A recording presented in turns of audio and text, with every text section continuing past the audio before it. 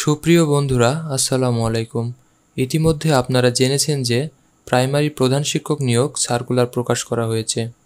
কিন্তু এই যে সার্কুলার যে প্রকাশ করা হয়েছে, অনেকের মনের মধ্যে প্রশ্ন রয়েছে যে এবার আমি অনার্স ফাইনাল পরীক্ষা দিয়েছি, আমি কি আবেদন করতে পারবো?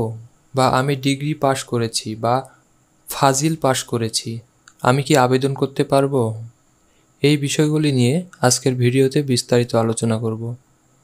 এখানে দেখতে পাচ্ছেন প্রধান শিক্ষক নিয়োগ সার্কুলারে বলা হয়েছে, কোনো স্বীকৃত বিশ্ববিদ্যালয় হতে ন্যূনতম দ্বিতীয় শ্রেণী বা সমমানের সিজিপিএ সহ স্নাতক বা স্নাতক সম্মান বা সমমানের ডিগ্রি।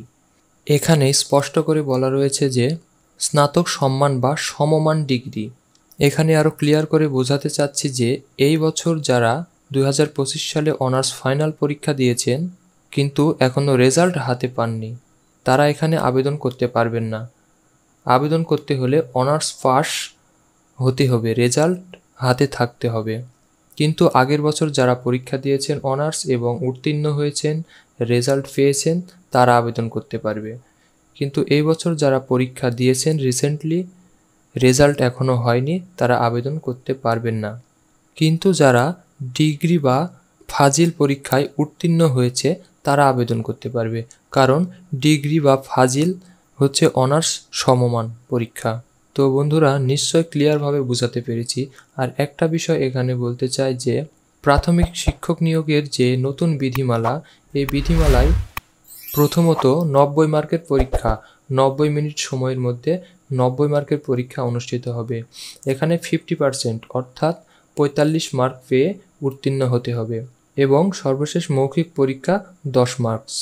এখানে বাংলা থেকে 25, ইংরেজি থেকে 25, গণিত বা দৈনন্দিন বিজ্ঞান 20, সাধারণ জ্ঞান, বাংলাদেশ ও আন্তর্জাতিক বিষয়াবলী থেকে 20, এই মোট 90 মার্কের পরীক্ষা অনুষ্ঠিত হবে। এই 90 মার্কসের মধ্যে 45 মার্ক পেয়ে বা 50% মার্ক পেলে আপনি উত্তীর্ণ হতে পারবেন এবং লিখিত পরীক্ষায় উত্তীর্ণ হওয়ার পরে আপনি ভাইভা পরীক্ষার যোগ্য বলে বিবেচিত হবেন, আর ভাইভা পরীক্ষা হবে 10 মার্কস। তো সর্বশেষ বলবো, যারা আবেদন করতে পারবেন তাদের পরীক্ষার জন্য প্রস্তুতির বিকল্প আর কিছুই নেই। তারা সকল পরীক্ষার প্রস্তুতির জন্য আমাদের চ্যানেলটি সাবস্ক্রাইব করে রাখবেন এবং চ্যানেলের সকল প্রকার আপডেট বা পরীক্ষার প্রস্তুতিমূলক নিয়মিত আপডেট ভিডিও পেয়ে যাবেন।